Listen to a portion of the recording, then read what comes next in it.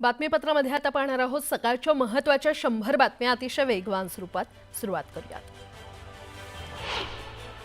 शिवसेना उबाठा पक्षाचे आमदार गजानन लवटे यांनी दर्यापुरात मंत्री माणिकराव कोकाटे यांचं स्वागत केलं। याचा व्हिडिओ सोशल मीडियावर व्हायरल होत असून राजकीय वर्तुळात जोरदार चर्चा सुरू आहे।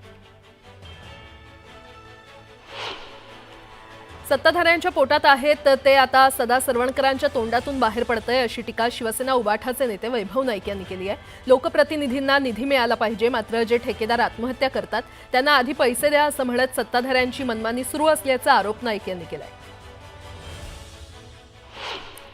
आम्ही ओबीसी मधूनच आरक्षण घेणार असा इशारा मनोज जरांगे यांनी दिलाय। ओबीसी नेते लक्ष्मण हाकेंवरही जरांगे यांनी निशाणा साधला। हाकेंना आम्ही महत्त्व देत नाही असं जरांगे म्हटले। भीमराज सेनेचे प्रमुख राजाभाऊ थाटे यांनी लक्ष्मण हाकेंवर जोरदार निशाणा साधला। लक्ष्मण हाके नावाचा मनोरुग्ण समाजात तेढ निर्माण करतोय। अनुसूचित जातीच्या आरक्षणात हस्तक्षेप केला तर महाराष्ट्रात फिरू देणार नाही असा इशारा राजाभाऊ थाटे यांनी दिलाय।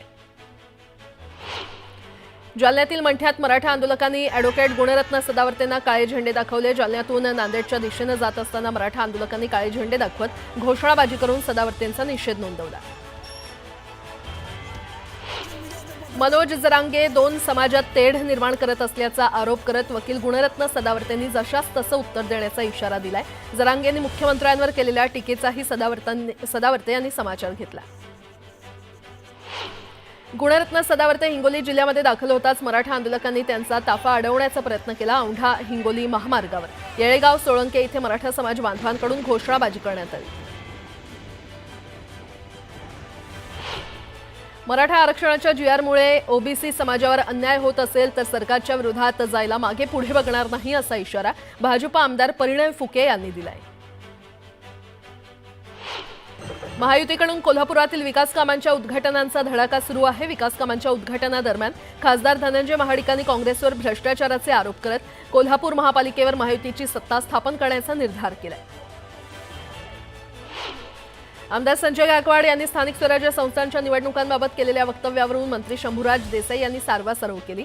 भाषणाच्या ओघात संजय गायकवाड बोलून त्यांच्या वक्तव्याचा चुकीचा अर्थ काढू नये असं मंत्री शंभूराज देसाई म्हटले। रायगडच्या कर्जतमध्ये भारत भूषण पुरस्कार मिळाल्याबद्दल खासदार सुनील तटकरे यांचा नागरी सत्कार करण्यात आला। यावेळी राष्ट्रवादीच्या वतीनं जोरदार शक्तीप्रदर्शन करण्यात आलं। आगामी निवडणुकांच्या पार्श्वभूमीवर या सोहळ्याला विशेष महत्त्व प्राप्त झालं।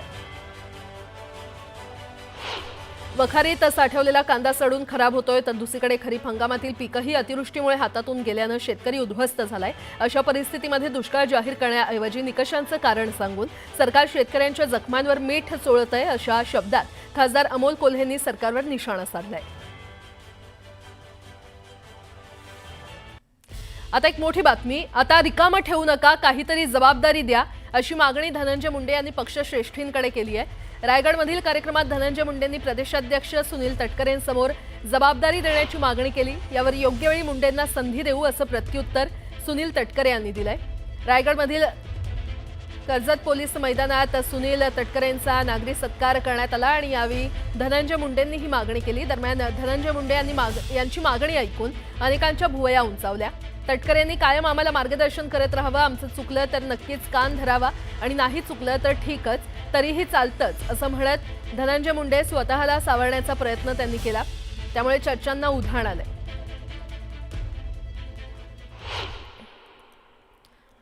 ओ अमोल सर, मार्गदर्शन करत राहावं, चुकलो तर कान धरावा, नाही चुकलो तर चालतं, पण आता रिकामं ठेवू नका।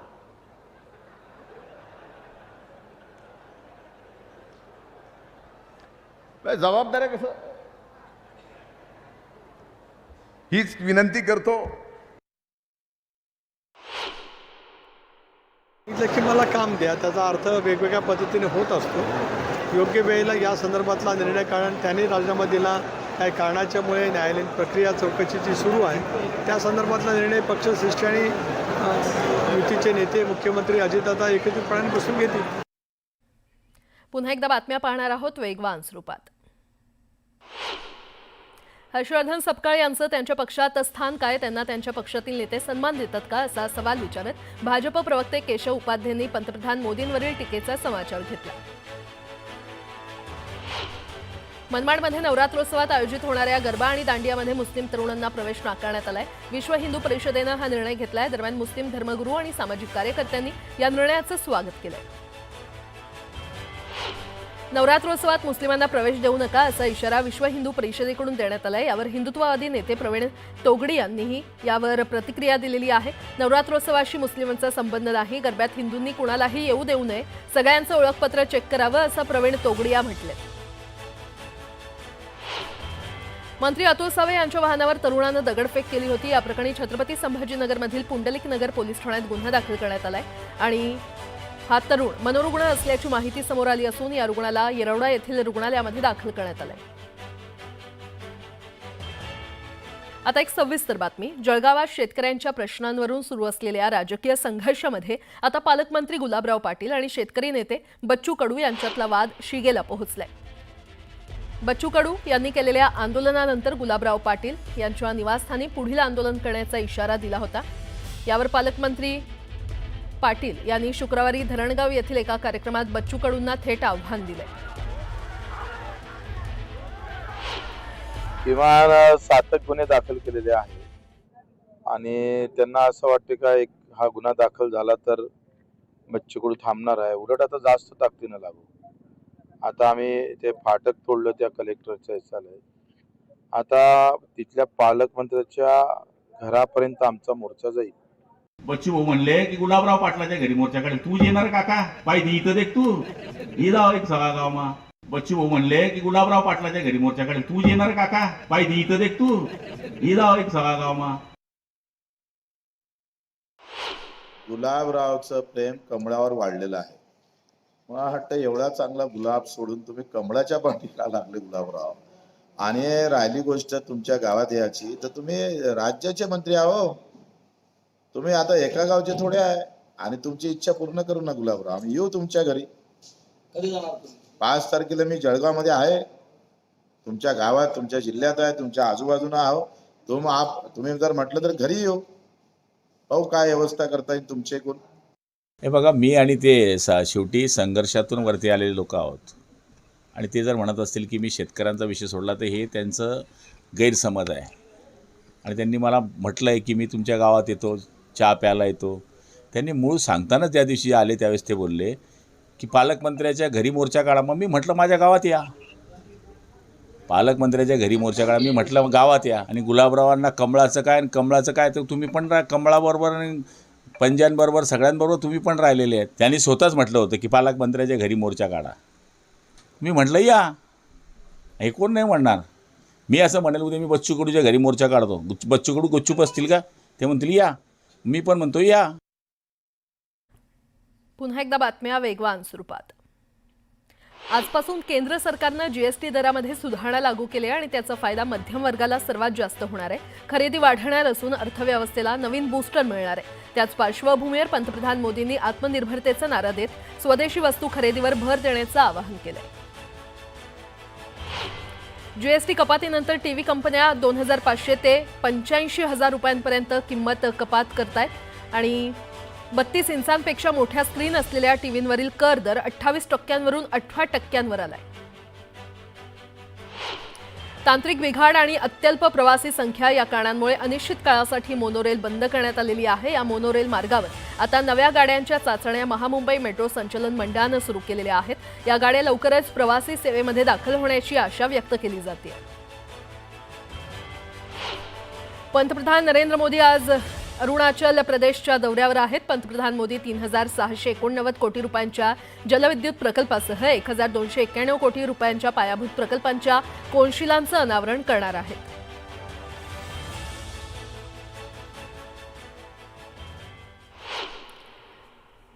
आता एक सविस्तर बातमी. धाराशिव जिल्ह्यासह भूम तालुका परिसराला पुन्हा एकदा रात्री पावसानं झोडपून काढले. बाणगंगा आणि रामगंगा नद्यांचा संगम असल्यानं गावच्या अवतीभोवती पाणी शिरलंय, तर साडेसांगवी गावात लोक अडकले असून गावाला पाण्यानं वेढा दिलाय. दरम्यान भूमनगर रोडवर एक महिला आपल्या पत्र्याच्या शेडमध्ये झोपली होती. मात्र मध्यरात्री अचानक पाऊस सुरू झाल्यानं शेडमध्ये पाणी जाऊन महिलेचा मृत्यू झालाय. भूम परिसरातला पावसाचा हा पहिला बळी ठरलाय, तर अनेक जनावरं देखील पाण्यामध्ये वाहून गेल्याची माहिती आहे. आणि या संदर्भात अधिक माहिती देत आहेत आमचे प्रतिनिधी बालाजी निरफळ आपल्यासोबत जोडले गेलेले आहेत. बालाजी, भूम तालुक्यामध्ये देखील पावसाचा हाहाकार पाहायला मिळतोय, काय सद्यस्थिती? प्राजक्ता, गेली अनेक दिवसापासून जर बघितलं तर धाराशिव जिल्ह्यात विशेषतः भूम परांडा तालुक्यात पाऊस हा जो आहे तो जोरदार पद्धतीने बरसतो आहे. मागं हा पाऊस बरसला होता, मात्र 2 दिवसाची विश्रांतीनंतर काल रात्री पुन्हा जो आहे तो भूम तालुका असेल किंवा आता जी माहिती मिळते ती परांडा तालुक्याची जोरदार पाऊस झाला आहे. भूम तालुक्यातील पहिली परिस्थिती बघितलं तर साडेसांगवी हा जो बाणगंगा आणि रामगंगा ह्या नद्याचा परिसर आहे, या गावाला पाण्यानं वेढलं होतं आणि ही गावकरी जे आहे ते रात्री आपला जीव वाचून एका कोपऱ्याला बसले होते. मात्र पोलिसांचा महसूल आता तिथं त्यांच्याशी संपर्क झाला असून पाणी कमी झाल्यामुळे या गावातील लोकांना बाहेर काढण्याचं काम प्रशासन सध्या करत आहे. तर अशीच परिस्थिती आता आपल्याला परांडा तालुक्यातली सुद्धा बघायला मिळते. लाखेबुके म्हणून एक गाव आहे, त्या गावात गावकरी जे आहे ते एका बिल्डिंगवरती चढून बसलेले आहेत आणि 10 गावकरी दुसऱ्या ठिकाणी अडकलेले आहेत. लाखेबुके परांडा तालुक्यातली परिस्थिती अतिशय गंभीर आहे. तशीच भूम परिसरातली ही जी वारेवाडीची एक वयोवृद्ध महिला आपल्या शेडमध्ये झोपली होती, रात्री तिच्या शेडमध्ये पाणी हे जाऊन त्या महिलेचा, वयोवृद्ध महिलेचा, वाऱ्यास आहे त्या महिलेचं नाव आहे, तिचा देखील मृत्यू झाला आहे. हा पहिला बळी आहे. प्राजक्ता, दुसरं जर बघायला गेलं तर प्रामुख्यानं भूम तालुका हा पशुपालकांचा तालुका म्हणून ओळखलं जातं. याच्यात जनावरांची संख्या मोठी आहे. लोकांनी आपल्याला प्रत्यक्षात शेतकऱ्यांनी फोन करून जी माहिती दिली आहे, आमच्या डोळ्यात देखत आमची गोठ्यात बांधलेली जनावरं ती वाहून गेलेली आहेत. आता जी माहिती मिळते ते 150च्या जवळपास जनावरं जी आहेत ती पाण्यात वाहून गेलेली आहेत. ना भूतो ना भविष्य अशी परिस्थिती सध्या भूम आणि परांडा तालुक्यात पाहायला मिळते. 70 वर्ष कधी आम्ही पाऊस बघितला नव्हता. एवढं पाणी नदीसारखं, नदीपेक्षा महापूर जो आहे तो सध्या गावखेड्यात दिसतो आहे. त्यामुळे लाखेबुके इथं प्रशासन सध्या गावात नागरिकांच्या संपर्कात आहे. तर साडेसांगवी येथील लोकांना बाहेर काढून त्यांनाही कुठेतरी सुखरूप बाहेर काढण्याचा प्रयत्न करतो. मात्र प्राजक्ता, जसं आता दिवस उजवतं तसं पावसाचं हे विदारक रूप किंवा नुकसानीचे आकडे जे आहेत ते समोर येत आहेत. आपण त्याच्या बाबतीत निश्चित माहिती घेऊन आणि ज्या पद्धतीचं सध्या हे आहे पाण्याची परिस्थिती आहे तिथंही नागरिकांनी काळजी घेणं देखील गरजेचं आहे. प्रशासनाकडून आवाहन केलं जात आहे. प्राजक्ता, बालाजी, अपडेट घेत राहू. तुर्तास धन्यवाद.